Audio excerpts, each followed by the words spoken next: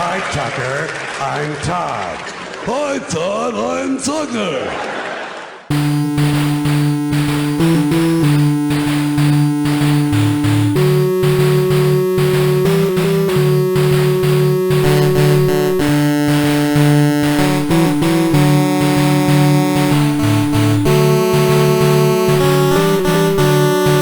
Good evening and welcome, everybody, especially you, Craig, Why especially Craig? because he's going to be doing a lot of work for the next couple hours while we're going to just be kind of having fun and shooting the shit. Oh, have you ever noticed that Craig looks stupefied and Geark looks slightly pissed? Yeah, I think Craig is supposed to just kind of look benign and Geark is supposed to look evil. I wonder I wonder why he's evil. Is he like the evil twin? Is that the idea? I think that's the evil idea. Like he just looks like an evil version of Craig, like the evil flip version of him. But What an Craig winds up interesting looking choice. vaguely surprised and disappointed at the same time.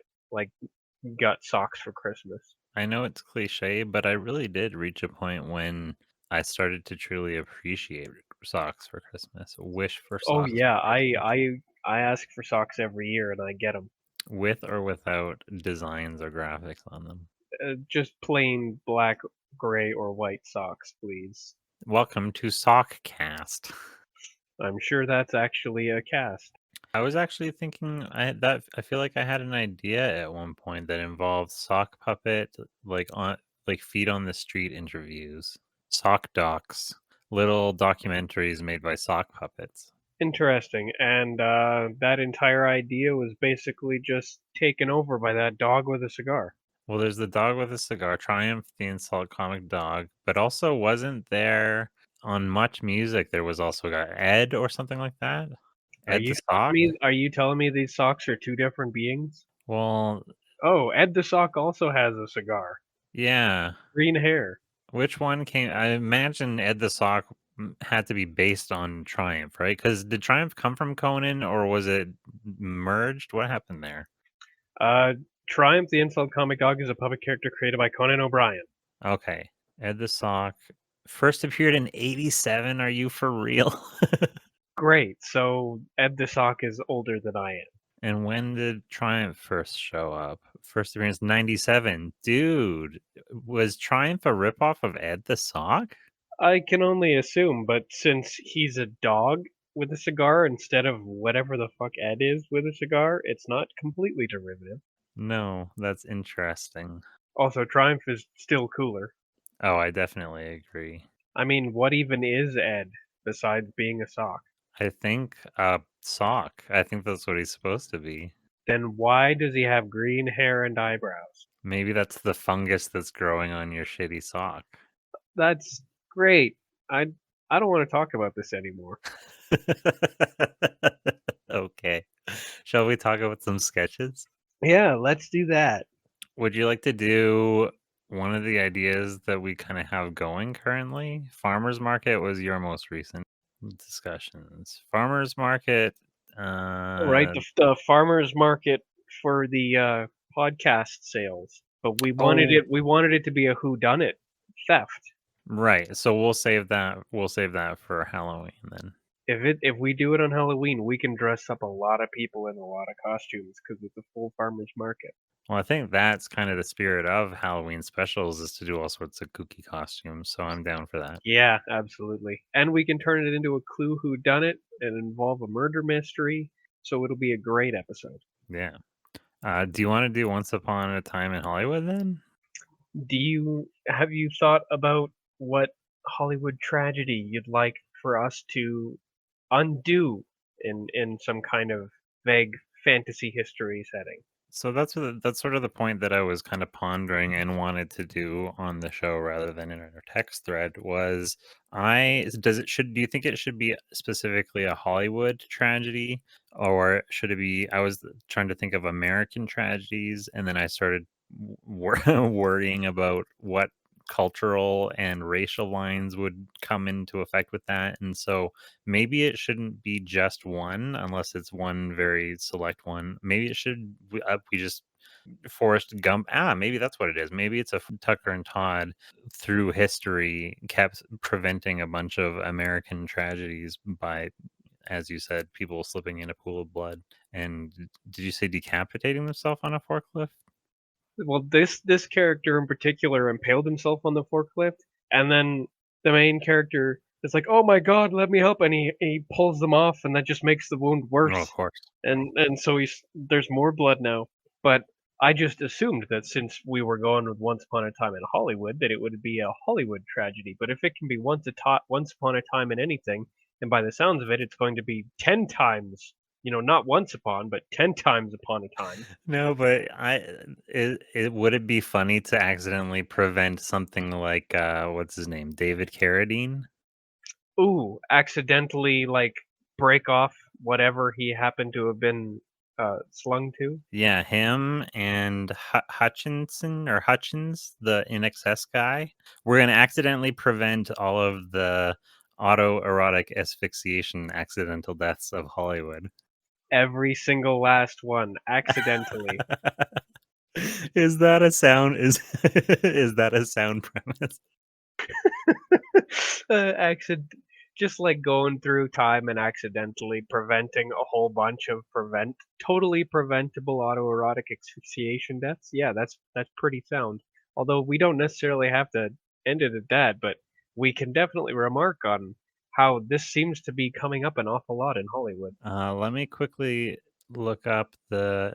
There was a movie with Robin Williams and the kid from Spy Kids, World's Greatest Dad, and I think the character, a character. Oh, maybe it was the kid when the son of. Oh, when the son accidentally kills himself. Okay. Brutal. I guess I have to look up autoerotic asphyxiation deaths in Hollywood. Better that winds up in your search terms than mine. I don't want to see that in my ads. The last 6 things I looked at are now in every ad. Never looking at biker boots There's again. there's at least 6 biker booths. I love biker boots. Yeah, David Carradine, Albert Decker, Michael Hutchins, Stephen Milligan, Kevin Gilbert, and wow, 1730 to 1791, Prague. František Kotswara was a composer. Whoa, he visited a working girl and paid her 2 shillings to cut off his testicles, which she declined to do. She's a businesswoman. That's bad for your reputation. That's yeah. It's like when a tattoo parlor refuses to do your face. Or your anus. I'd never considered. I'm sure somebody has their anus tattooed. You would be surprised how many Reddits there are dedicated to that, probably. Oh, you said. Wait a second. That's a sneaky probably. What now? Are you saying probably as with regards to the degree of my surprise, or probably with regards to their existence? Yes. I don't dare look, but I know that if you can think of it, there's 10 different Reddits, just 10 different subreddits devoted exactly to that. Okay. Once upon a time in Hollywood. Are we doing a Hollywood tragedy? Are we doing autoerotic Wow, that's a hard word. If we're gonna do Hollywood, then I think we should stick to a central theme like that. But if you want to do just general American tragedies, I want to go ahead and stop the Boston bomber by accidentally tripping him and having Oh, him that would like actually fall work into if a we sewer were to grate do the and get Forrest eaten Gump by an thing. alligator. We could have a running joke, and at one point while we're running, we happen upon the marathon, and we what would be the word? We foil the bomber. Yes, we foil him. That is exactly what we would do. Okay, so I'm gonna start, as is required for all good sketches, a document. Does that mean we're taking a step away from saving David Carradine? Because I kind of want to help him too. He'll be on our list. Maybe if we just do one autoerotic asphyxiation prevention, then the rest there'll be like a ripple through time, and others will learn. It really depends on where they fall before and after. Yeah, I think we should only do one because I'm that the one is the most famous one, and the second one is the second most famous one, and I wasn't aware of the others, but I knew there had to be others. But I think one is decent, but then I'm just trying to. Okay, so this, yeah, these won't be as easy to string together because they don't necessarily have a theme. Now that they're not just Hollywood, but I think if we use Forrest Gump as the thing that ties them all together, we can use Forrest Gump memes to turn our character into somebody that would come in contact with David Carradine. I mean, we can always start with David Carradine and then go from there. That way, at least we start in Hollywood, kind of, Yeah, that's true. because that would make it Once Upon a Time in Hollywood, ellipsis, and other places too. Yeah, it just starts in Hollywood. This is right. Once upon a time in Hollywood. We could even have a voiceover.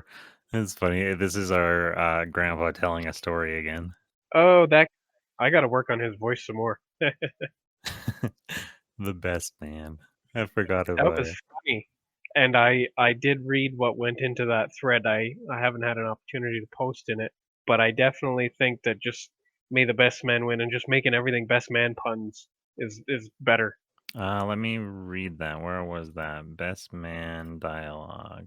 May the best man win and something like that, and just like Oh yeah, making references to this best man thing. yeah, and removing the cadence and rhyming kind of thing that I was playing with. That's dumb. This is better. The other one was, oh, I feel like this is worth almost at least bringing up. Saying is making these characters rather than making them actual musketeers is making them Randall and Dante from Clerks dressed up as musketeers, and all of the dialogue would be like growing up and navigating the way relationships change and like ambition and doing something and being dragged down by your friends and all of that Clerks dialogue. So you want it to be dark and introspective. Well, I mean, the dialogue can be sort of dark and introspective, or it can be making fun of dark and introspective dialogue because we were talking about making it pretentious, right? Yes. And so the most pretentious dialogue there is Kevin Smith adult dialogue. I'm right there with you on that. That's for sure. And it would be difficult to be more pretentious than two guys, two clerks sword fighting. And I mean, they might not even be. Maybe they're not even Ronde and Jesus, Dante and Randall. But because it starts in a food court, they could be mall rats of some sort. And there's always the opportunity for, as they fight, for them to pass by other mall rats, just as a little cameo. Oh yeah, Ethan Suplee staring at the painting. Just as he kicks it over. Yeah. Am I only watched that. That was one I didn't actually care for, Mallrats. I only watched it once, but was somebody? Oh, I we'll have to do a Jason Lee with the shit on the pretzels thing. Naturally, naturally. I've seen it many times, so there's always the opportunity for Ben Affleck to be, you know, in the back of a station wagon, which is a reference to that film and anal sex. I, everybody loves an anal sex reference. Is there somebody jerking off into a dressing room in that movie? I don't remember, but I do know that Kevin Smith with a Batman helmet on goes through a wall in a change room. Oh yeah, that's funny. Yeah, that's I think that's what I'm thinking of. But the reference to the back of a station wagon is Jason Lee's girlfriend is on the outs with him, and she's kind of hanging around with Ben Affleck's character. And Ben Affleck is talking to Jason Lee and says that he likes screwing women in an uncomfortable place, and he's trying to politely refer to their ass. Whereas Jason Lee immediately says, "What? Like in the back of the station wagon?" Oh, well, we have them going through a parkade, fighting, dueling in a parkade. So one of the cars they pass can be a station wagon with somebody dogging someone else in some way, I guess. I mean, it could always just be somebody stuffing Ben Affleck into the trunk of it. Or just a station wagon rumbling. The station wagons are rocking, don't come a knocking. I'm pretty sure it was Jason Lee in that exchange, but it could have been Jay. But I don't think it had enough I don't think it had enough expletives to be Jay. They all kind of end up blurring together. In that film they do because they're all just different Jay flavors. Jay is Kevin Smith's favorite flavor. What about Silent J? I think Silent J should be in here somewhere. Okay, then that yes, he needs to be present. Now before we spend too much time in the mall, what about American tragedies that are easily Right. preventable by a couple of fucking time traveling goofs? I'm making a list. We're starting in Hollywood with David Carradine. I mean, Which, is that where it happened? oh, I don't know. Well, we have to actually go to the location. Research. Oh, it was in Thailand. I'm never going there.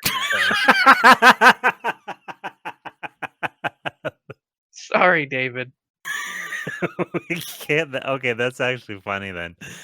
That's okay. It starts off. We go to Hollywood because we think we're going to save David Carradine, and then we get there and we get to his house and there's nobody home. We're looking in the windows, and we're like, "Fuck, there's nobody here." Where does it say that? Because we use the time machine, of course, right? So we're like, "Where Yeah. does it say? Where does it say he died?" And it says Thailand, and we're like, "Oh, well, we're not going there." Sorry, David.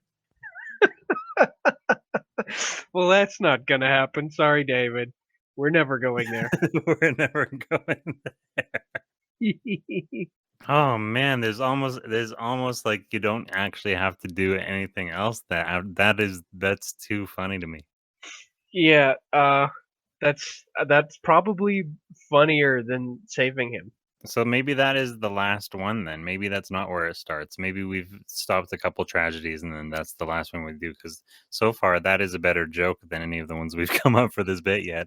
Yeah, you're right. That especially because if we actually just like tap out of saving somebody, that's probably the end of our adventure. Yeah. We wouldn't quit on someone and then go on to continue rescuing. No, that's absurd.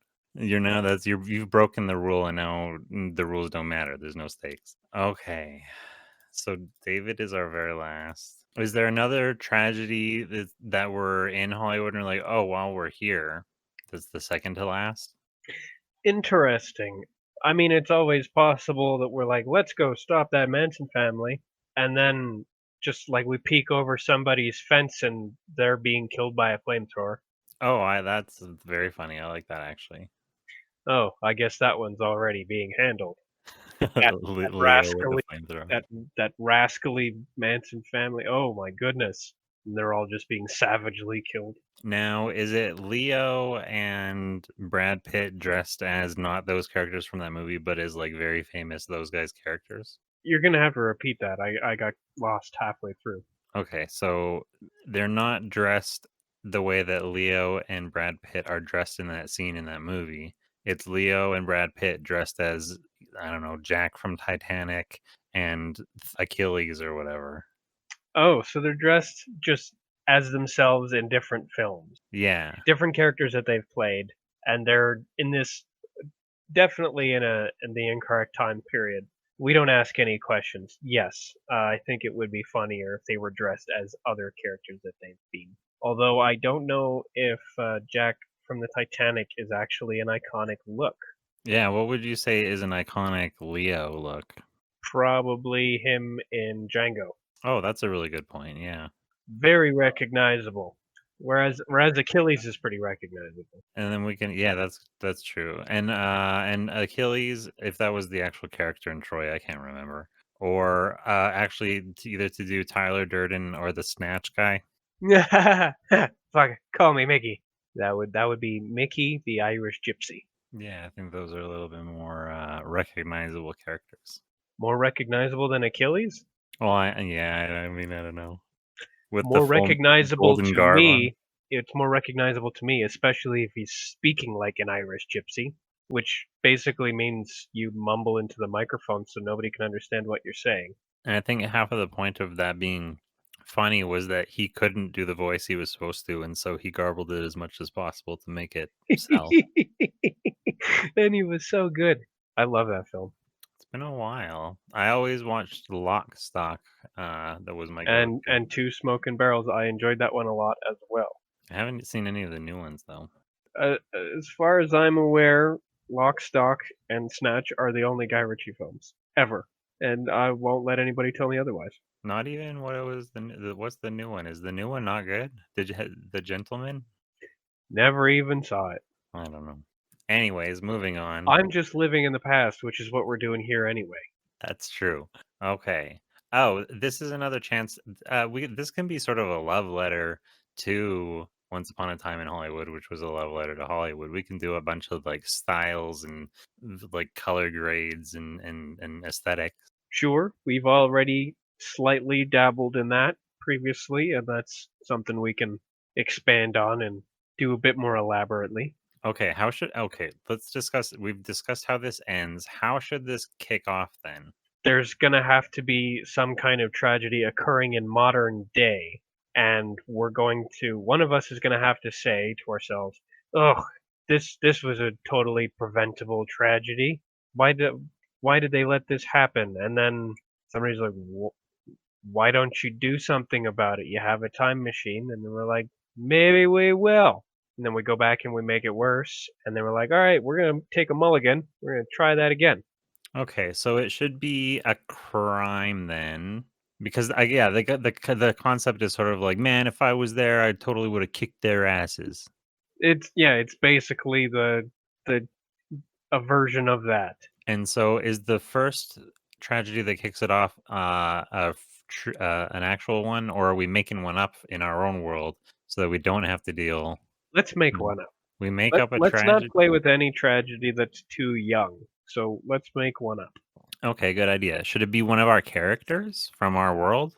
And then that's how we can turn it into the Forrest Gump thing because he started running because Jenny showed up and disappeared. Do we have a Jenny? I guess we don't have any love interest for either of our characters, I don't think. That's Oh, because they don't deserve love. they don't deserve love. I always just thought they were completely asexual, but that's funny that they don't deserve love. That's probably one of the reasons why they don't deserve a romantic relationship. They are just like oblivious to sexuality in general. Oh, Craig had his little girly friend who was an AI from some company. Oh, from Oh, that the was from Fantasology. right. So maybe his girlfriend left him, and so he just starts running, and so we follow him just to keep him company because we're concerned. He just shuts down and starts running. Craig's really been going through it lately. Yeah, poor fella. We've really been putting him through the ringer. I don't remember anything about his girlfriend. Do you? I Except that don't she think like exists. I think that's all we did was just like she exists. Yeah, we just made her exist to use that trope. I don't think we discussed her at all. She has no personality. Well, I guess I think we might have said that because he has such a specific personality that it would have to take a very specific person to tolerate him and fall in love with him. Yeah, and I think I wanted to just kind of right because he got fired and replaced by Amazon's Lady AI. So he's got this love hate thing for female AIs, and he met one at Fantasology for sure. Is she maybe a little bit kind of is she a very is she a young AI and so she hasn't learned a lot yet and so he feels validated by her being superior is he needs because he felt what's the word? He was replaced. Did he feel like does he have pangs of inadequacy? Yeah, that's what it is. He has now an inadequacy inferiority complex. He feels like a failure. So he needs to be in a relationship with somebody that he can feel superior to? What a dick. But don't people do that? Dicks do that, yeah, for sure. Now I don't feel bad for him anymore. Are we gonna make him a dick? Is Craig a dick? No, he's probably doing it as like it's an unconscious yearning to be with somebody who's beneath him, basically. Or at least that he perceives as beneath him in order to elevate himself. Well, I mean, If he was fully aware of what he was doing, his ethical programming might kick in. and I mean, maybe this whole thing because he went through his self-actualization journey just recently, where he went inside himself and learned how to work in harmony with all of his different parts. And so maybe he haven't gone through that. That was like his like ayahuasca vision quest. And having gone through that, he realizes a little bit, and maybe after he hunts her down, he realizes that it's actually a toxic relationship and he shouldn't be in it. But she's left. She's gone. How are we doing So this? so yeah, what is the order of operations here? I assume he's already gone on his vision quest. Maybe he wakes up and she's gone. But he kind of realizes that he screwed it up and that she's gone because he was being a weirdo about it, and so he pursues her.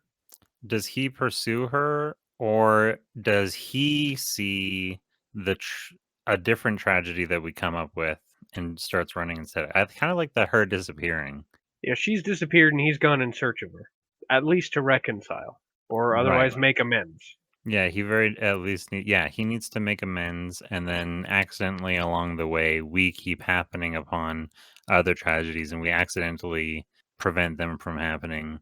Does that does that reflect in any sort of make Maybe we should actually be the direct cause of one and we try to go back in time to fix it, and then that's what makes us decide that we can fix other problems. I mean, what kind of tragedy would Tucker and Todd start? I mean, there's a long list of them that we already have, so they are obviously capable.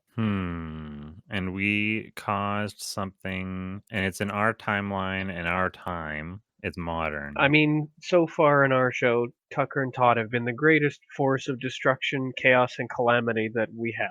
But I prefer I like instead of Do you just want one where they do the opposite of that? well, I'm just trying to think of if it's always accidental, then are we actually ever setting out are we trying to prevent things? Would they Yeah, all see, be like coincidences? we there's a difference. Our intent is still there, but how we actually go about preventing something or solving things is purely through accident. Like things don't go the way we plan. Like if we plan to go and, for instance, stop David Carradine from accidentally killing himself, we show up and accidentally kill him before he does it. Oh, I have an idea. Instead of Forrest Gump, are we a so we accidentally we cause a tragedy. We go back and fix it and realize that we need to open up a holistic tragedy prevention agency. Oh, there's gonna be so many winks and nods in this. Well, because I think that makes a little bit more sense than yeah. So we have the intent to prevent these things, but we never quite do it the way that we think we're going to. Absolutely not. We just kind of show up and start basically making things so complicated and chaotic that the previous events just are no longer gonna have any chance of happening. So we can have okay, so I'm seeing how this is going a little bit. In some situations, we like annoy the bad guy so much that they leave, of course, the classic. Yeah, stuff like that. Like we show up and just make the entire situation so unmanageable that the tragedy never even occurs. Either we accidentally kill everyone involved, or we like accidentally level a city block that somebody was planning on sabotaging, Okay, or so I mean, and sometimes our solution might actually be worse than the tragedy. so should we, in order to stay kind of safe, then instead of necessarily being like pop culture, I guess it is pop culture, but instead of being like cultural, instead of Hollywood, are these all sort of like meme tragedies, like the Greyhound beheading and such? That was very grisly. Super grisly, but people talk about it very frankly. I'm still upset about it. Was it someone you knew? No, but I was on a Greyhound bus shortly afterwards, but I found the entire situation just so unsettling. I was on a Greyhound bus on which somebody died, not by anybody else's hand, but it was pretty, it was also unsettling. You wanna tell us about that, champ? Well, I mean, it's not a thrilling story at all. It was a woman. I was in Albuquerque, and a woman did not realize that when you're on a bus for like 14 or 21 hours or whatever in the desert, you should stay hydrated.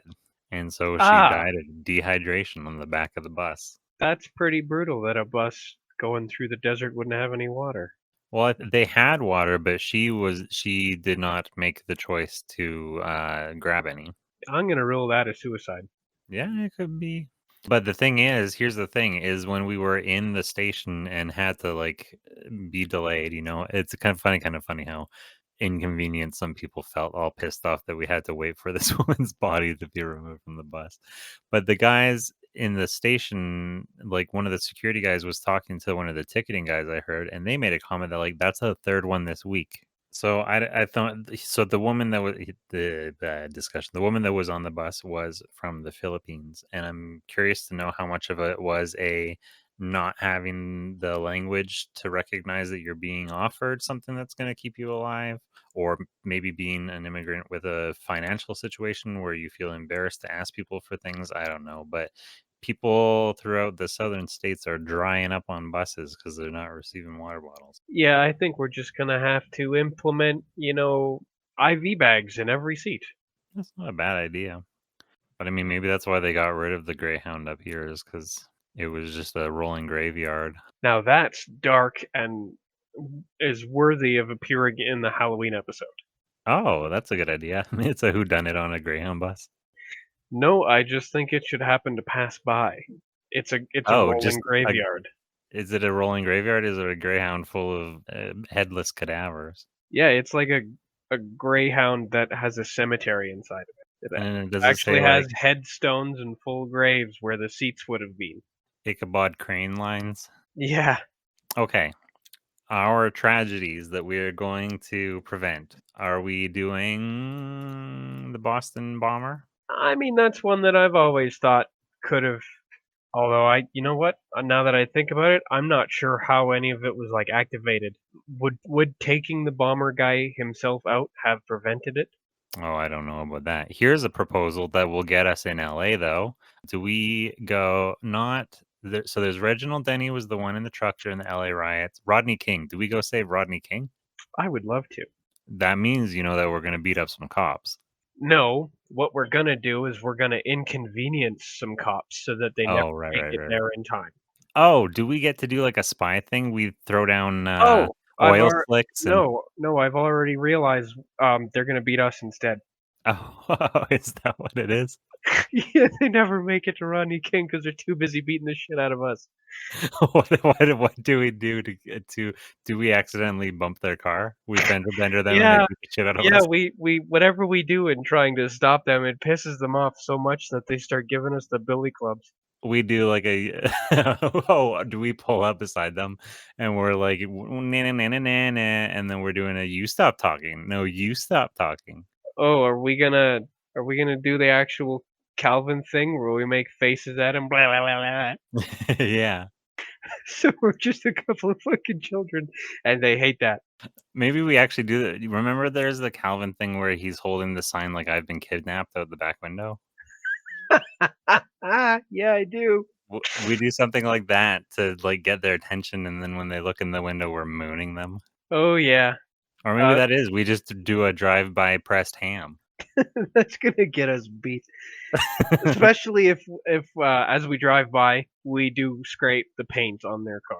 Like we give them just a little bump and take the mirror off. That's kind of funny. Then they're coming our way for sure. And then we're like, now what do we do? I don't know. I didn't think this far ahead. Fucking go. And we try to outrun the cops, but we can't because we're in a stupid, I don't know, probably a Volkswagen Beetle. And we actually did it in front of the police, what is it called? Headquarters. So all the cops pour out of the doors and they all pour out of all the police cars. So all the cops in town are there beating Are the shit we? out of us. Oh, so we're gonna be beaten up by all the cops in town instead of just the ones who did Rodney King. I mean, how would you do that? Would you refer to them by name? Are we targeting them and hunting them down? How do we find them? Well, I mean, we know where it happened. I guess that's true. You know what? That's better. I don't know why I was thinking of that way. For You're that's right. one of the benefits of dealing with historical incidents that happen to be really well documented is we know exactly where they were, we know exactly who was involved, and where they were 5 minutes before that, which is where we try to be. That's true. And then we can actually, yeah, that's right. And then we can, okay, I like that better. So I really like the idea that we're giving them the cheeks through the windows, but I definitely want to bump the car and take the mirror off because we really want their attention. But we bite off more than we can chew because they're definitely going to beat the shit out of us. Actually, maybe that's the order that it goes in is we pull up and kind of are stopped beside them with the cheeks. And then when they flash the lights and like all get outside to beat us up, we press the gas to leave. And that's when we hit the mirror and scratch the paint. And that's when we're like, oh, fuck, we're in trouble now. Yeah, whoops. We We drive thought we were directly, just going to directly into the inconvenience car. them. Now we're under arrest. Yeah. If we live, if we live.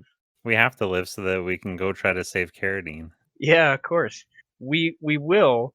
Either there's going to be some kind of like security system in place that's going to automatically pull us back to our studio in our time if if our hit points get too low. We respawn. It's interesting. I think it should just like recall us. I mean, the other Maybe we can possibility. only time travel for like a certain amount of time, and they actually beat us for the entire duration of our stay in that particular time. So just like until it runs out. 2 hours later. I mean, it's that or it's a corpse run. I don't want to do a corpse run, especially not with Diablo 2 Resurrected out already. Oh yeah, that's true. So do we get recalled and then we go back, Either we get recalled, or we're just or cartoons and we can just take a beating? yeah, We just I was thinking that maybe we just get really badly beaten and they get tired and bored and leave, so we're not even under arrest and we just kind of walk away, spit out a couple of teeth. Ugh, that could have gone better. well, yeah, I think that's the easiest way to do it is to have it cut. I mean, there's a cloud of dust and grunting and punching sounds, and then it cuts to us walking with bruises and hashtags because that's how you show somebody being hit, bruises and hashtags on us. Yeah, Uh, that's what it looks like when you're all scuffed up, and of course you have a black eye and you're missing one of your front teeth when you smile, because that's always there. and yeah, we just say, yeah, that could have gone a lot easier. Well, and we look at our watches. We go, we have an hour before sundown. Should we go rescue Carradine before we call it a day? And then we make our way to his house, find out that he's in Thailand and we're not going. Yeah, sure. Then are you? Hang on, are you suggesting that Carradine was the same day? Oh, I don't know. I guess that makes more sense then. That would make more sense if we get beaten down to 25% and then we regenerate back in the studio and then we just go from the time machine there to Carradine. I don't know. Well, yeah. Once the mission is complete, we got to go back to our central hub. Okay, so we can, or maybe that's how it works then. Maybe instead of the beaten down to 25%, maybe we, instead of cutting away bruised and beaten still in LA, we cut away bruised and beaten in the lab. Oh, Lab. yeah. It not just bruised and beaten, but like we definitely need like a time to elapse.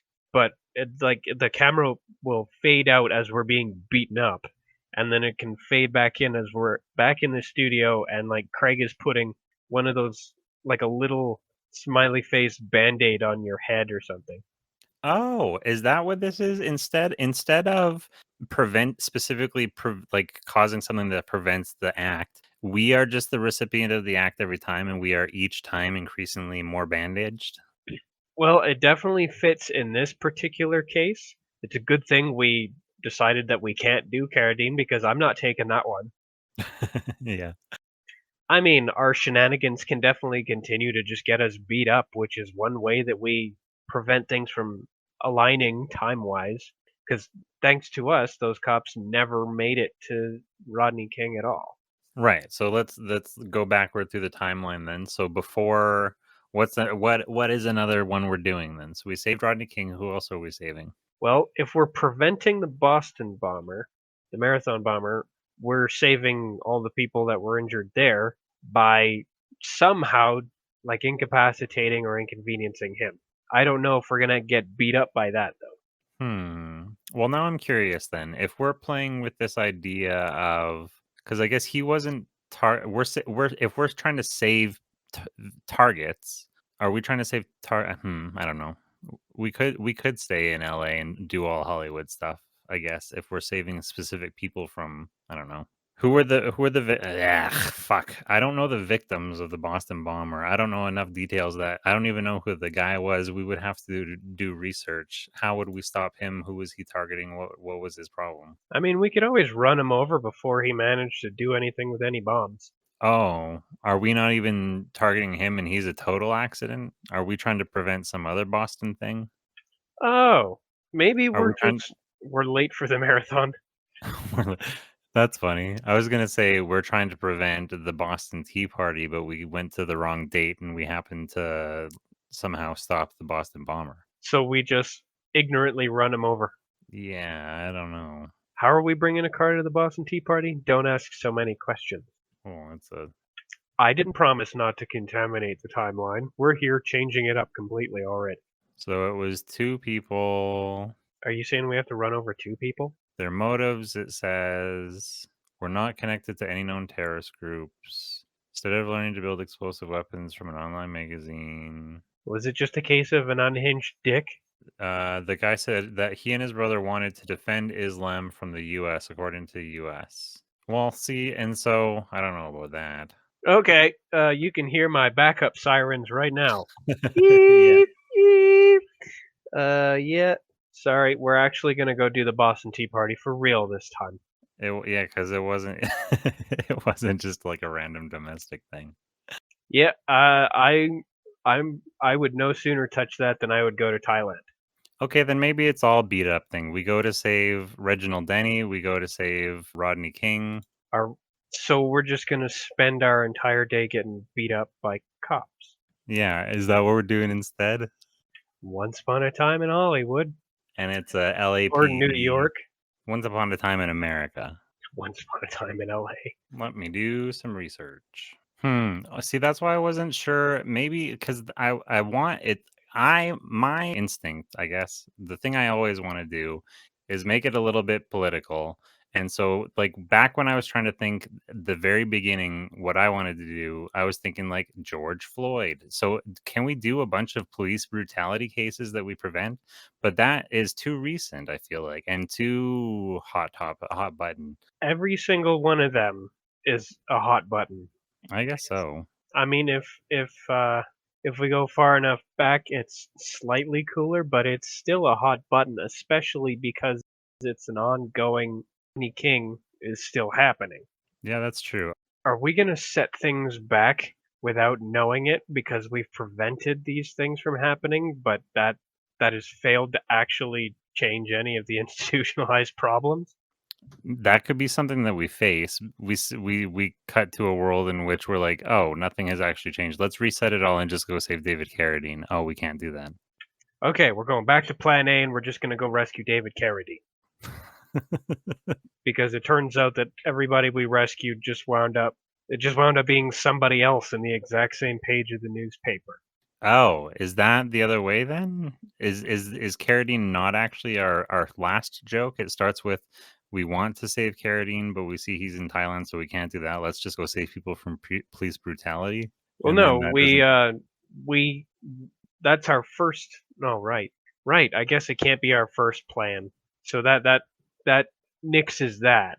Instead, we'll just have to say, "Fuck this. Let's just go rescue David Carradine." But yeah, if all of our redirecting police brutality towards ourselves will fail to actually do anything, it'll just change the names of the victims. That's dark. That's an interesting point to make. Cause so do we start with the most recent one and keep going increasingly back, thinking that the further back we go, the better it'll impact culture, but it just doesn't because people. Yeah, because all it does is it saves the individuals that we're going back to save, but it doesn't stop the incidents. They just happen to somebody else instead after we get beat up, basically. Right. Which is sort of the point of If it's all not time if travel. it's not this person on a Wednesday, it's somebody else on the Thursday. Okay, yeah. Does that mean that we're sick and tired of all of this police brutality in the news? So we're gonna go and do something about it. Let's go bug the police. I think so. So we see a fictional police brutality case in the Tucker and Todd world, and then we try to go back to 3 famous real ones. Yeah, and then we get beat up. We get the absolute shit beat out of us. Multiple times. But why don't they kill us? I don't know. Because we're cartoon characters and we could take it. Yeah, exactly. Does that mean we should have the cops go like totally crazy? Like somebody brings a steel chair? Oh, I guess I mean maybe we can have different fighting the cops do different fighting tropes from different eras. I mean, if we're gonna have fun with it, we might as well have fun with it. That we're gonna be depicting these particular police as brutal assholes, anyways. So they might as well use a couple of special moves. And I've always wanted to see you get hit in the head with a chair. Somebody like I get table smashed or whatever. I never watch wrestling. I don't know what the things are called. Yeah, the only big wrestling trope I'm really aware of is the folded up steel chair. Give him the chair. There's the one where they jump off the top rope and then like slam into the person on the table. They do every top rope move. Are they going to have like a couple of those wrestling ropes slung between two cop cars, and they're gonna just jump off of them and give you an elbow slam to the chest or something? Oh yeah, I don't even know. Do they have to even be on the rope? Can they just jump off the car and do it? I think that visual is easy enough to do. Yeah, that's definitely doable. And I mean, maybe you should give at least one of them a big twirly mustache. We're gonna double down on the villain factor there. Okay, interesting. So are everywhere they go, are they all wearing wrestling? Are they all wearing like onelets or whatever those things are called?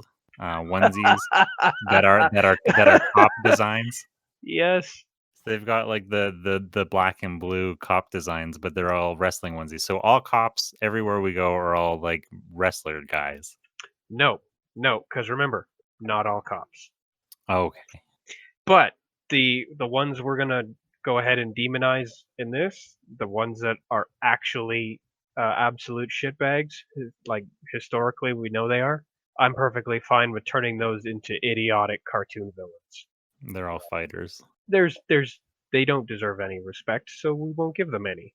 And in turn, they're not going to give us any either, so they're going to beat the shit out of us with chairs and stuff. Okay, so the most recent one we have, the very famous one is George Floyd. Then we go back in time to, do we go back in time to Rodney King and then we go further back than that? Or do we have one from the 2000s, somewhere in between? If we could have one in between, that would be good. Otherwise, because Rodney King was super important. Yeah, that's a very famous one. And if we go back too far, it'll be like before the advent of a lot of methods for taking evidence that we use, like camera. I feel bad. I'm looking at these lists and I just don't really know any of these names. But the list is extensive, isn't it?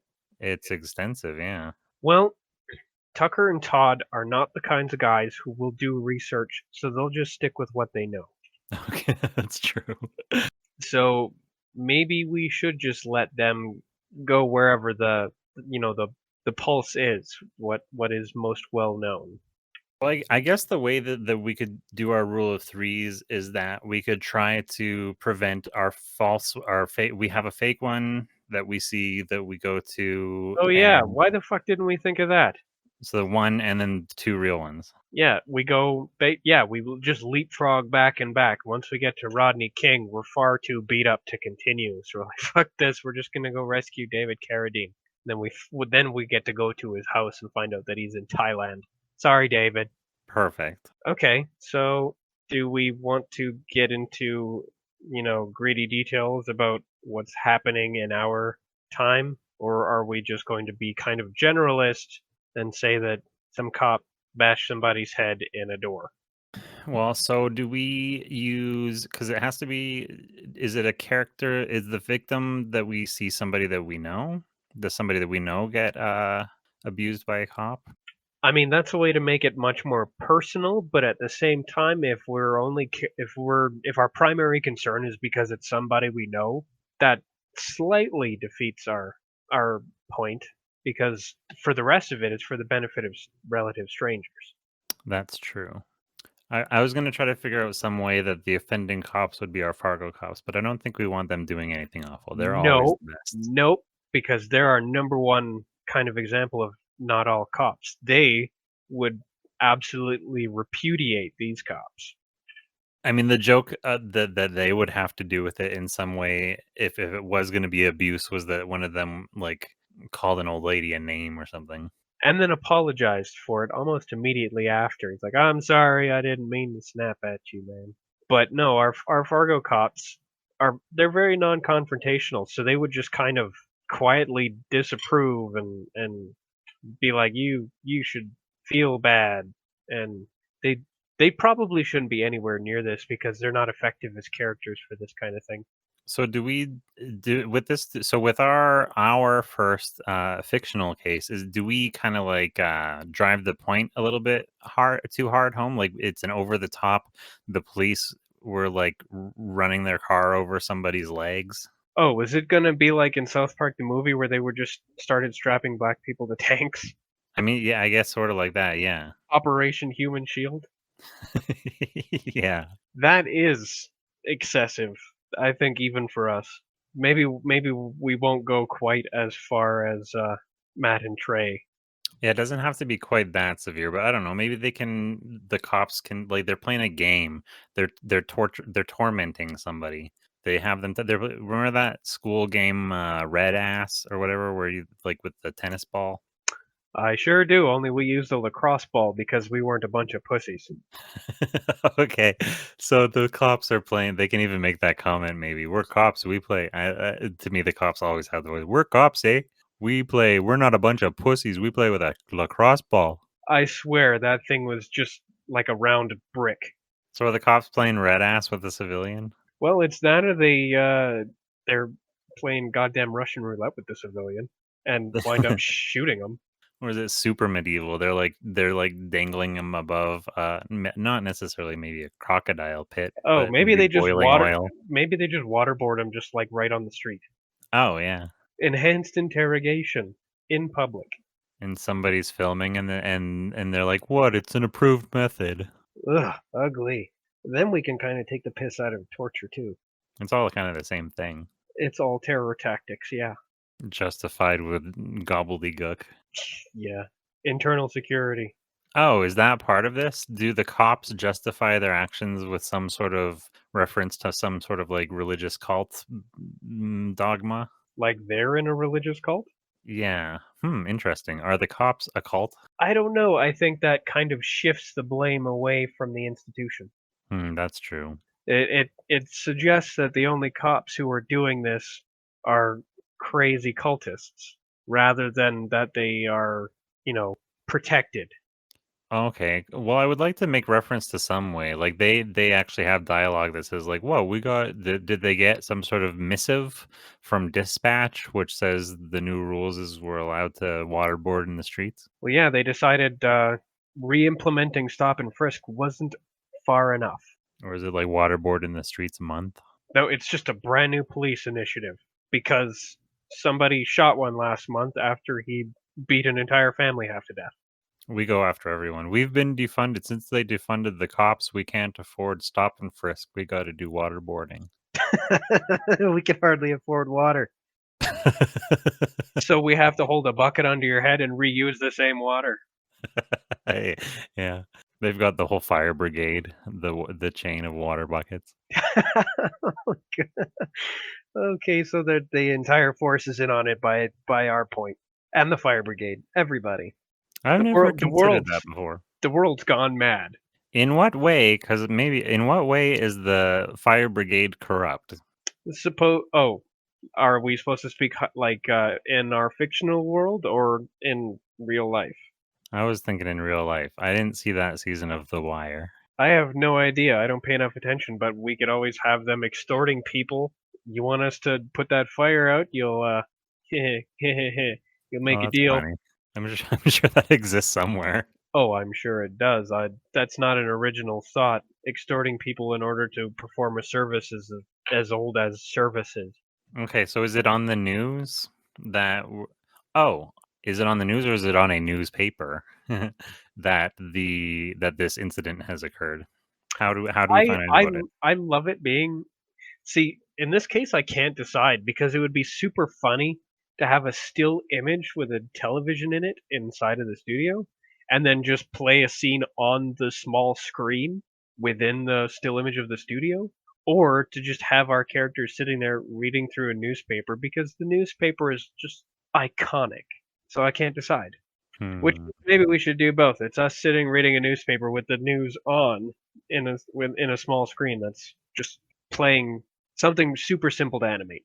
That could be kind of a goofy little it's not even a joke, it's just a little gag where one person we're reading the newspaper while the news is on, and I say, "Hey, did you hear about that?" And I read the headline as the guy in the TV reads it at the same time in unison.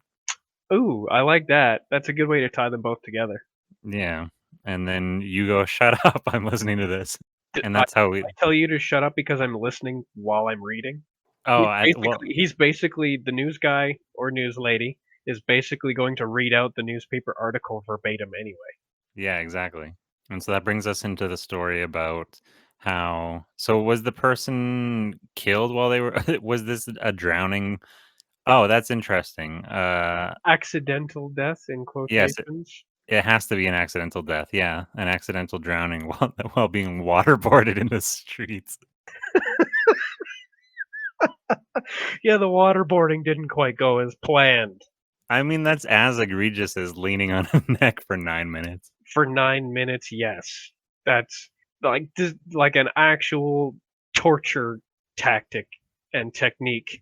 It just like taken just a few minutes too far, maybe just a few seconds too far, dead.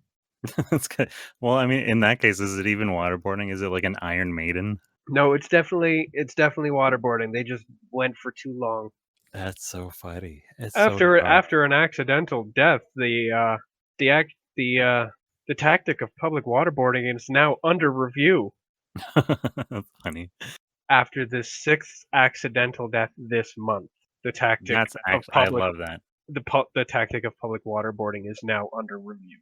That's the headline lead on the news. Exactly, Yeah, exactly. After the sixth accidental death this month, should we say accidental death or accidental drowning?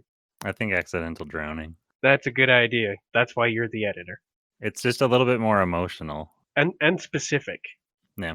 I don't know. I Okay. feel bad for somebody who drowned. I don't feel bad for somebody who died. Yeah, right? The more specific it is, the more real it is. Yeah. Okay, after the sixth accidental drowning this month, the police tactic of public waterboarding is under review. That just makes the entire But thing. I also like how we've completely wrapped up the premise of the whole Hollywood Once Upon a Time in Hollywood thing into sort of a political message. I is it really a message though? What is the message besides Like, be better cops? I guess, yeah, it's not a message. It's a social commentary is what I meant to say. Be more like the Fargo cops. Speaking of the wrapping up section, it should definitely be Carradine's neighbor's yard where we see the other characters killing the Manson family with a flamethrower, or at Oh, least right. people that look like They that. all live in the Because same neighborhood. I still want to include that, but we're not going to go looking for the Manson family. They just incidentally happen to be in the next yard. We asked them for directions. We asked them if they. I mean, it's that scene from the movie, doesn't when they first come by. Is my friend Terry here? We're asking for directions. Is this David Carradine's house? Yeah, And they. Yeah, it's funny. Oh, is that we but look I over into the. definitely want somebody screaming and on fire in the pool in the backyard. Yeah, that's the joke. We look over into the yard and we see somebody burning in the pool, and we're over the sound of the flamethrower. Excuse me. Is this David Carradine's house? We make them pause. Yeah, you bet. Thank you. And then the flamethrower and the scream. Yeah, the person who's on fire and screaming also pauses. Yeah, of course. Oh, actually, the person screaming is the one with the raspy voice that says, "No, it's the next one over." To the left. Down the hill to the left. Thank you. You're welcome. Ah, and then everybody just immediately resumes dying and screaming and flamethrowering. Yeah. Okay, so we're gonna go back in time. How are we gonna prevent the waterboarding? I mean, I know exactly how. We're gonna make sure that they don't have any water. Like we make sure they don't have any water, so they just beat this person half to death instead, and and then there's no scandal at all because that's business as usual, and we feel bad about that. How do So we we're do like, that? we're gonna go further back. How do we stop them from having any water? Do we dress up with? Remember, they have all their buckets. We're just gonna dump them out. Oh, I thought we were gonna dress up in drag and do a sexy car wash with their buckets. You know what? If you want to animate that, I am fine with putting Tucker in a speedo. Oh, they're in the fuck, what's his name? Borat Speedo thing? Oh, the banana hammock. Yeah, the It's deep it's plunging V. yeah, it's an over the shoulder, so you make sure that it's really in there. Yeah. I call dibs on being in blue. I mean, it's either those or we're wearing like old timey long one piece day at the beach Okay, that might actually be funnier. I can't decide. Like the banana hammock is funny just because of being outrageous, just in general. But the other one is funny because it's so anachronistic. Oh, that I mean, that could be a joke. We could be changing in those little beachside cabanas or whatever they're called, and we come out too sexy, and we're like, no, no, no, no, no, that's too sexy. Either that or each of us is wearing one of them, and we're like, "You said to bring your favorite swimsuit." Oh yeah, This is my favorite swimsuit. Ugh. oh boys, and We're gonna we talk about this later. we whistle and grab the attention of the cops, and we start. Are we scrubbing their car? Can we Yes, scrub your car? And then we use their water. w- we we don't wait to be given permission either. We're just gonna do it. They're gonna watch in horror, and then as soon as we're all done and they have no water left, they're gonna beat us and the victim from before. Oh, that's funny. As they watch with horror, when we first woke up, we see them. They slowly lock their door. And then they're watching us on their on their uh on their windshield. And then they notice that we used their water, and that's when they beat us up.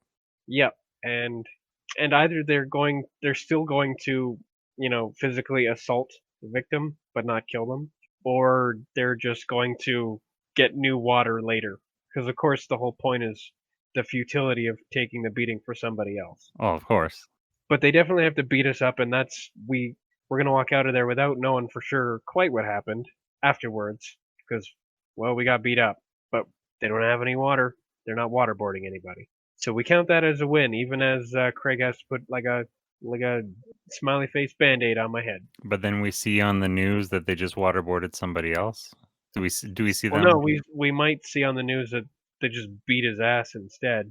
They don't waterboard anybody because they have no water, but like they just did something else terrible instead. Oh, and so in each case that we prevent one thing, do they go out and just do they ruin that same person's day either way, or do they ruin somebody else's day? Somebody else's probably. So that way we can at least save the particular victim, but we don't stop the problem. Okay. It just goes and finds somebody else. So we save Rodney King, and they go and they beat somebody else, and then we save George Floyd, and then they go and kill somebody else. Pretty much. Like every single time we find out that like while we did save this one person, but we didn't actually change anything. So Right. we go back further and try to, you know, do be like a little more proactive, like a little more involved in the process. So when we try to save George Floyd, we'll try and like I'm not sure what we'll do in that situation. I'm still all I can think about is like the silly wrestling scene where we try to save Rodney King. Yeah, that one is figured out. The way that we will do George Floyd is I'm still on the fence about Derek showing it. I watched that whole thing. It's a silly one. Jerry, my God. I mean, should we make fun of these guys a little bit, and maybe we're like we trigger some sort of tantrum, like it's something childish that pisses off Derek Chauvin to then beat us up instead of George Floyd? How are we gonna get his attention? And how long before the, murder are we going to arrive? Like, do we show up an hour before? Maybe we do. Maybe that was what we decided the problem was, is we only showed up 5 minutes before the waterboarding. So we're gonna show up an hour before the murder now, and we're gonna see if we can't prevent them from doing anything. And do we go and so are we trying to grab their attention and like call them names? Last time we did pressed hams. No, that's the second one. Yeah, that actually comes next. We haven't done Rodney King yet. We're going back in time further and further down the line.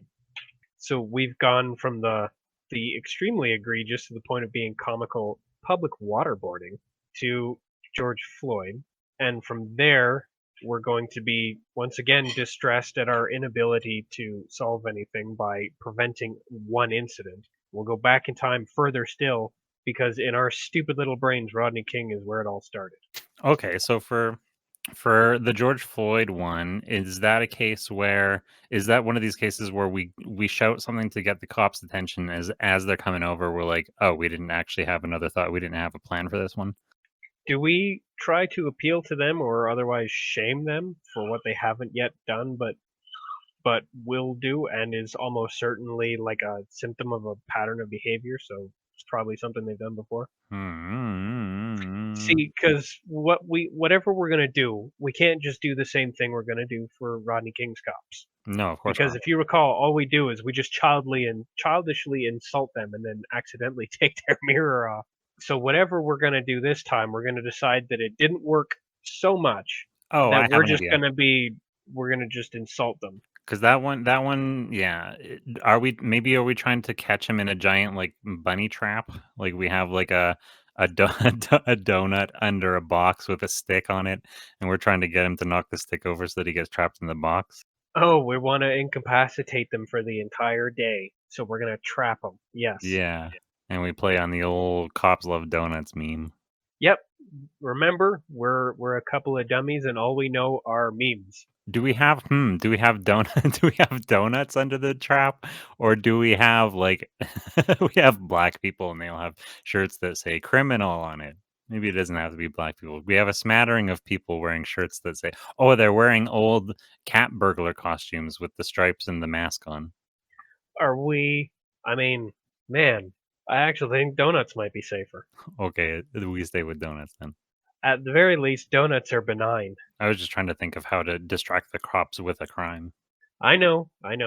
And we definitely could like commit a crime, but we kind of do that next time. So Yeah, I'm that's true. thinking the more we differentiate from that, the better.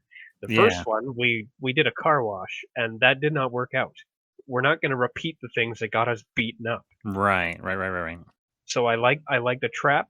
I do like the donut trap just because it's a little less on the nose than being like, haha. Besides, that's a Letterkenny joke. We'll just get a bunch of people who seem homosexual so that the degens will try to kick the shits out of them. I feel like I'm supposed to watch Letterkenny, but I I don't know. Do you approve of Letterkenny? I trust your taste. I like Letterkenny a lot. Okay, I'll give it a chance. It's one of those cases of like I don't understand why it's popular, and I feel like it's popular because Canadians. I like it, and so I'm afraid of dipping my toe into it. It's actually pretty clever. I think it's very funny. But in this particular example, they were they built a shack along a skidoo trail and it was there for public use for people to stop and have a respite, stop, have a cigarette, whatever, because it's cold out, so it's a warm shelter. And they come back and they find it basically in ruins and empty beer bottles all over the place, trash. And they're like, oh, it must have been those degens from up country. You know what we should kick the shit out of them. How are we going to do that? We're going to bait a trap. What do degens hate? They hate homosexuals. So they're like, we need to bait the trap with homosexuals. And then they immediately start going into how terrible that is. Oh, that's awful. We could never do that. What about just people that seem like homosexuals? That is funny. And so they spend more time discussing the ethics of trying to bait a trap with gay people than they do with an actual development of a plan. Because they're all really polite Canadian guys who don't actually want to discriminate, and so they wind up getting very preoccupied with wanting not to discriminate. Okay, It winds up taking over the entire scene. and there's lots of talking. Yeah, it's dialogue heavy. It goes fast.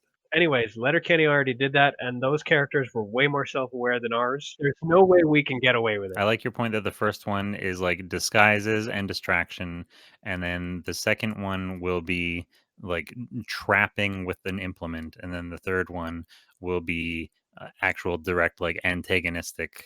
Yeah, we're like, you know what? You know what? Subtlety and trickery has failed us. We're just gonna go get in their face and annoy them. Yeah. The direct approach. Pulling out all the stops. Okay, so we've got a trap. It's baited with donuts, huh? And of course, it's gonna have to work. Yeah, of course. Is it childish to the point that it's like a laundry basket, or is it more of a like a cage? I think we can get away with doing it both ways there, where It's actually a laundry basket, but the laundry basket is actually rigged to a big iron cage that's out of frame. Oh, okay. So the laundry basket will get knocked over by the collection of the donut, but of course the cop is going to pull it out without being stuck under the laundry basket. But the laundry basket is connected to the iron cage that immediately falls right on top. That's funny. We are cunning, but it only gets one of them, and the other one beats the shit out of us, I guess. Oh, good. Yeah, that works. Oh, yeah, because how many were of them were there? 4 or 5? Yeah, these things always happen in groups because 4. none of us are as terrible as all of us. The numbers change everything. Okay, yeah, so we trapped Derek Chauvin, and then his friends come and beat us up. Yeah, I like it. and then they split the donut. That's funny. They cheers each other with their donut quarters. Oh, and then yeah, they go on to do something terrible to somebody else instead. And so we're like, all right, this isn't working. We're going back even further to Rodney King. And then we already know how that turns out. It turns out the same way as last time. And so we give Yeah, up. but at least this time we flash our bare asses at the cop. We get to do all the cheeky fun we've always wanted to do. And then just as they decide to chase after us, we accidentally break off their mirror. And now suddenly it's a real police chase and we're running for our lives. He's the fastest guy on earth. That guy was really fast. All right. So we have prevented a waterboarding, but changed nothing. We have only managed to trap one of the guilty cops, and that it was ineffective. Although they were still, too busy beating the shit out of us to hurt anybody else for the rest of that day anyway. And then we move on from there to directly antagonize and lure the cops away from anything else. And then we get beat up. Now we're tired of, you know what? We're going back to non-interventionism. Or you know what? Fuck it. Let's go rescue David Carradine. Yeah, this sucks. Where's he live We again? can't stop institutional whatever. Yeah, there's no way we can stop institutionalized violence.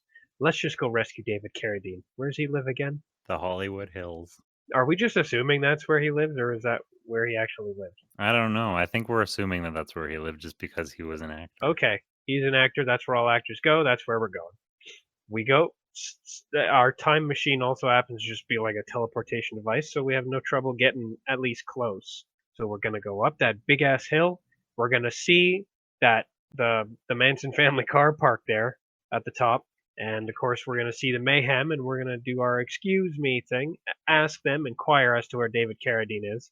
Once we find out where he lives and we get there, is there just a fucking sign on his door that says "Gone to Thailand"? Oh yeah, I don't know if it was because my joke was sort of making fun of us in the moment, like looking it up on the phone. Is this even where? Is this even where he died? Yeah, is there a sign that it says he's not home, or is just all the lights are off? Like we know the date and time that we have to get to, so we're like, this is his house. Who would do that anywhere but their house? Nobody's home. Got to find out where exactly he was. Somebody's got to Google it, and apparently Google still works at this time. Yeah, how does that? Don't ask questions, just Google. So he was in Thailand. Well, not going there. Sorry, Dave. Oh yeah, because I was trying to figure out what is the hang up, but it's that we are googling the death of David Carradine on the day that he died. Yes, and we find out that it happened in Thailand, and we just look at each other and, well, we're not going to Thailand. Yeah, the music drops out. We're never going to Thailand. I'm sorry, David. And then I guess we're gonna go home, or do we cut to black there, or maybe as we're standing there staring at each other, the person who was being set on fire from the pool actually just like runs by the frame screaming, and that's how we cut to credits. I like that. I was just trying to think of. I'm sorry for the silence. I was trying to think of how to work in the empty buckets from earlier in the sketch somehow. Like we try to put her out, but the buckets are empty. Do we even acknowledge this person as they run by, or do we just continue staring at each other, kind of forlorn that we'll never be able to rescue David Carradine? Oh, she's just like is fairly in the background. No, I was thinking she would actually go running by in the foreground, like right in front of the camera. But we're still reflecting on Thailand. Yeah, like we're at the doorstep, just kind of like, I'm sorry, David, and then it's just quiet for a moment. There's a beat of silence. Maybe there's some crickets, and then it's just ah, as this Is it just person who's that? on fire goes screaming by the camera. Is it just her running by screaming, or then also a couple seconds later, Leo comes tromping after her saying, "God damn it." Unless you can pick a line you really like from one of his films, I don't think he should show up. But if there's a really good line, he can definitely be pursuing with the flamethrower. Match in the gas tank. Boom, boom. I don't think so. But he's even got a gas tank. No, it has to be something he's said. That's from Gilbert. What's Eating Gilbert Grape? Okay, but when was the last time you saw Gilbert Grape? 2005. I think if he's going to be in his outfit from Django, he should probably say a line from Django. Oh, good point. Unless you want him to be his character from What's Eating Gilbert Grape. No, I don't think we can do that. No, I don't think we can either. We can't do that, Gilbert. My shoe fell off, Gilbert. If we are gonna do that, we're gonna need to bring Johnny Depp in, and he's gonna be thanked very thoroughly by a lonely housewife whose groceries he's delivered. That was one of the only parts of that entire film that stood out to me. Probably because I was 16 at the time. Yeah, I watched it for school. That was where I was watching it at 16. But yeah, after either the on fire person runs by screaming, or after Leo chases after her with the flamethrower, smash to credits, or do we smash to black and then return to our studio, in disappointment again? I think it would be good to do that. Are we making comments? Are we literally in the script making comments on the fact that like, do we learn our lesson from this, that you can't change anything? That is not a good lesson, that you can't change anything. I guess that's true. More like we learn that we by ourselves can't change an institutional problem by basically just making it happen to somebody else instead. Oh, sure. Oh, yeah. The lesson not being, yeah, the lesson is not that you can't change anything, but you can't change anything that, sorry. You can't change a problem that, well, basically, you can't treat the symptom, which is basically what we were trying to do. We were trying to treat the symptom by preventing specific incidents without targeting the greater system. So should we wrap it up with a little metaphor then, where somebody in the crew points out, like, we have a little metaphor which demonstrates treating a symptom, and somebody points out how that's similar to how we were trying to go stop the cops from beating people up. That's not going to affect the system. Yeah, I mean, although when it comes to something like sickness, treating symptoms will make you more comfortable.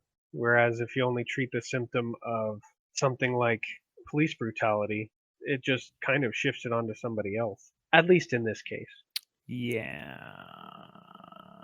Maybe it's just an opportunity for Craig to monologue at us. Oh, does he start monologuing, and then his audio starts like get drowned out by whatever like yeah, fuck.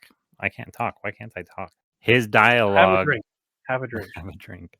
His dialogue disappears. It fades out into the distance. We drown him out. We tune him out. We can't hear what he's saying. Do we actually learn the lesson? Does he have the correct? Is he trying to teach us the correct lesson? Because if we tune him out, then we don't learn it. Well, I mean, we could have the lesson appear in the episode, but Tucker and Todd don't learn it. Or are we supposed to learn it? Oh, Tucker and Todd don't have to learn it so long as it's clearly communicated. If they learn too much and get too smart, they're gonna stop, creating all of the havoc that we enjoy. Is it the old gag where Craig starts monologuing about what the point was, and then we hear one word and that has nothing to do with the point? We get fixated on that and change the subject? Oh, interesting. So we demonstrate that we've had zero personal growth and we're all just too beat up, and now we just want a sandwich. So he's going to have to say something that we confuse with a sandwich ingredient. Or maybe we don't want a sandwich now that we have all our teeth knocked out. Maybe we want a milkshake. I was going to do a word play, which you would hear somebody saying, like, he's telling us about it's the same as sticking your head in the sand, which would be the same as blah, blah, blah, blah, blah. or whatever, and having that Oh, and you sandwich. hear sandwich. Yeah. Yeah. Now you actually get to do your wordplay that Tucker made fun of Todd for previously. That dolly part in that box. It's always the same thing. Yeah, but in this case, it's like sticking your head in the sand, which is in the sand, which is like something blah blah blah. Yeah, I hear the sandwich. Then we suddenly get, would it be preoccupied? I think that is preoccupied. Fixated. That's the word I want. We suddenly become fixated on sandwich. Oh, yeah, and so that would allow, instead of drowning him out, he still continues to keep talking, but all we hear is all we're talking about now is sandwiches. He's still making points, but we just talking about the layers. That's funny. We turn into Scooby and Shaggy Yeah, we just kind of talk over them. making our 19-layer sandwich. I mean, at this point, we earned it. We got ourselves 3 severe beatings in a row. Yes, that is earning it. Well, I don't know if we deserve the beating, so yeah, I'd say we earned a sandwich. No, I guess we didn't deserve the beatings. No, we don't deserve love. We don't deserve beatings. I don't know what we deserve. Well, at the very least, we deserve them more than the real people who actually got them. That's We true, and that's what we're we were advocating for. we were definitely being a problem. Yeah, I guess we had it coming. Maybe it wasn't deserved. We didn't deserve a severe beating, but we didn't deserve nothing. Like we were being a well, I think every single time we were making a significant public nuisance of ourselves. I mean, yes, At that's least what we aim once, for. at least once we damaged police property. That's true. In the first one, we wasted precious police resources because their water budget was slashed. I mean, I guess we're technically being bad. Yes, and we think we're doing it. I mean, we know we're doing it to bad people, so we think it's okay to. Two wrongs don't make a right, as it turns out. We That's don't. okay. We It's one of don't our new know. policies. We don't know good ways to, you know, do things. We don't know good constructive ways to solve problems. No, we are completely maladaptive. I think this has been a 2-hour recording session, though. Are you satisfied with this entire bit? Do you think it needs more? It just needs an ending. Does it end on us having our sandwich? Do we just like? Does it end with us taking a bite out of it and like the crunch sound is that's the cue for the screen to go black? Oh, I was thinking it was just gonna fade out. Like it ends on the audio slowly trailing off as Craig is giving us lessons and we're just talking about sandwich ingredients, and then it fades out as the camera zooms crane shots away from the studio. I think we should get up and walk out of frame towards the kitchen. How does it cut to black? Does it fade? How do you see it? I think we leave. Craig is still talking, and his audio fades just as the camera pans away, and the screen fades slowly to black. Oh, so we walk off a frame while Craig is still talking, so we trail off and he's the last sound you hear? Yes, so he should probably be able to, in that time, actually deliver the intended message before everything fades out. Oh, does he give up on talking? Is he still talking to us, or does he give up and turn to camera and address the camera? Like, well, at least he'll listen. He's just talking as if we never left. Oh, he's He just must going love on. the sound of his own voice. Actually, that's funny to me. Yeah, I can see that with the little Craig cutout with him just sitting there continuing to talk with little worried look on his face. Like, once you run the program, it has to complete, so it just keeps going. There's no pause. That's funny, yeah. And in that way, we actually do get to communicate the whole message without Tucker and Todd ruining it entirely. Right. There's a lesson to be learned even if the boys can't quite cling to it. They're not good lesson learners. They're about as good at learning lessons as they are at solving problems. That is consistent with their characters. They're never there to be precisely heroes or villains. They just kind of bumble their way through everything, and the commentary follows them. Although I do like their role in this because they're more active protagonists than they usually are, and I like that. Yeah, this is kind of the first time that they've taken a stance on anything. Yeah, most of the time they just happen to be where the plot is, but this time they're actually directing it. That's cool. And I like that it's motivated for something that's kind of at least presumably for the good. They want to do some good in the world. At the very least, they want there to be less bad, Yeah. as any reasonable person would. What They're is not, that? they're not unreasonable. What's that saying? The road to The road to hell is paved with good intentions. Yeah, should we have an actual, because that's what we're doing. Should we find ourselves at some point on the road to hell?